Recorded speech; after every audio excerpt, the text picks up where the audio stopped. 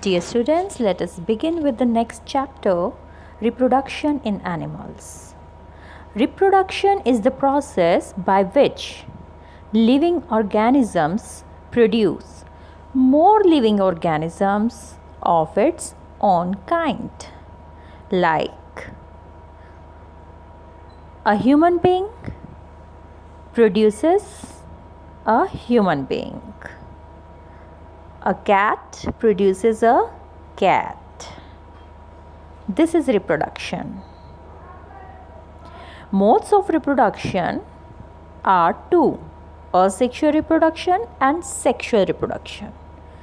Asexual reproduction is the process of reproduction in which new individuals are produced from a single parent.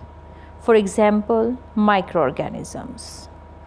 It is found in the single-celled organism like archaebacteria, eubacteria, etc. Many plants and fungi reproduce asexually too. You have learnt about binary fission in amoeba. It is depicted in the picture here. During this process, daughter amoebae are produced by the process of binary fission. This is a kind of asexual reproduction. In this, only a single parent is involved. There is no need of male and female parents. Only a single parent will be able to do the process of reproduction. Is it clear? So, in this process of binary fission, one amoeba is divided into two amoebae. There is cytokinesis and karyokinesis. Cytokinesis is the division of cytoplasm in two parts, and karyokinesis is the division of nucleus in two parts. So here, as seen in the picture, two daughter nuclei of amoebae are formed, forming two special cells for amoeba. Each individual is a new amoeba now. This is asexual reproduction, and amoeba is a single-celled organism. Similarly, we may find binary fission in paramecium also, and there it happens by vertical division. Vertical fission occurs there. Similarly, we have other mode of reproduction also. The production of new animals by a single parent without the involvement of gametes is called asexual reproduction. Since fusion of gametes is not involved in it, zygotes are not formed during the process of asexual reproduction. Yes, zygotes are not formed during asexual reproduction. The young ones produced are the exact copy of their parents, like in amoeba, hydra, yeast, etc.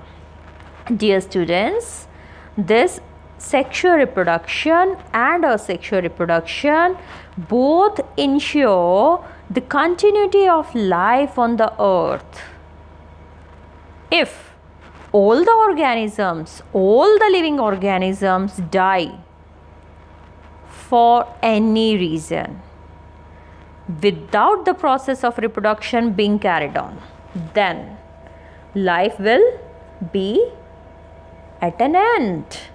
So, reproduction is to ensure the continuity of life. Okay, let us move further. Now, we will be discussing about hydra. In hydra, we have different buds arising from the parent bud, and then this bud grows in size, matures itself, and when it is able to live independently, it is detached from the parent hydra and a new individual is formed. Let us see here. This is the arise of a bud. It arises from the parent hydra just like a branch arising from the main stem of a plant. In the same way it occurs. This hydra grows itself. And see here. It is detaching itself. And then it may be considered as a new hydra. Coming over to sexual reproduction. This is the process of reproduction in which two individuals are involved to produce a new individual. For example, human, tiger, etc. In the sexual reproduction, the production of a new animal by the existing two parents by the fusion of their gametes is done. Listen. Sexual reproduction involves the fusion of gametes, a male gamete and a female gamete, and it results into the formation of a zygote that develops into a new individual. Like we have fishes, frogs, cows, dogs, horses, human beings, etc. Most animals reproduce by sexual reproduction. In this, two parents, one male and one female, are involved. They have different reproductive organs. The adult male produces male gametes known as sperms, and the adult female produces female gametes called ovum or egg. The process of production of gametes is called gametogenesis. You know that genesis is the word for formation, production, and gameto is for gametes. Let us discuss the human male reproductive organs. A pair of testes, two sperm ducts, and a penis. These are the male reproductive organs in human beings. The testes produce the male gametes called sperms. Millions of male gametes are produced by the testes. Though sperms are very small in size, each has a head, a middle piece, and a tail. I repeat, each sperm has a head, a middle piece, and a tail. Sperm is a single cell with all the usual components present in any cell. Right? So, sperm is a single cell. Is it clear to all of you? Here is the diagram for a sperm cell. We can see a nucleus present in it, followed by a centriole, mitochondria, and an axial filament. The acrosome and nucleus, they are in the head part.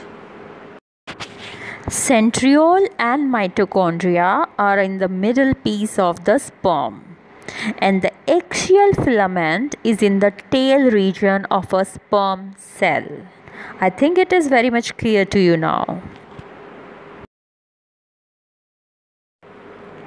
This is the human male reproductive system. In this, there is a pair of testes which are oval in shape, and the sperms come in contact with the eggs, and this results in fertilization. And this testes are present in a muscular pouch called scrotum. outside the abdominal cavity. Scrotum acts as a thermoregulator and keeps the temperature of the testes near about 1 to 3 degrees Celsius lower than the body temperature, which is necessary for the production of sperms. It also produces the male sex hormone called testosterone. The testes of a man start the formation of sperms on reaching the age of 14 to 15 years, and after that throughout his life. The testes of a healthy male produces about 2 billion sperms every day, and each sperm has a head, middle piece and a tail, as discussed earlier. The tail of the sperm helps in its locomotion. There is a coiled tube-like structure called epididymis, which is firmly attached to the testes. The sperms are stored temporarily here. Then there is vas deferens or sperm duct, which is a narrow duct starting from the testis and join the urethra. It carries sperms to the urethra by the muscular action of its wall. Fluid produced by the seminal vesicles mixes with the sperms to produce semen. This fluid provides nourishment to the sperms. Then there is urethra, which is a long tube arising from the urinary bladder to carry urine. It runs through the penis and opens to the outside through male genital pore. The semen from vas deferens also joins the urethra. Thus, urethra carries urine from the bladder as well as semen. Then there is penis, which is a long and thick muscular organ. It helps in injecting the sperms into the vagina of the female body. The male reproductive organs are having some accessory glands like seminal vesicles, prostate gland and bulbourethral gland. Secretion of these glands constitutes the seminal plasma, which is rich in fructose, calcium and certain enzymes. That's all for the human male reproductive system. I think it is clear to you all, dear students. Thanks for watching.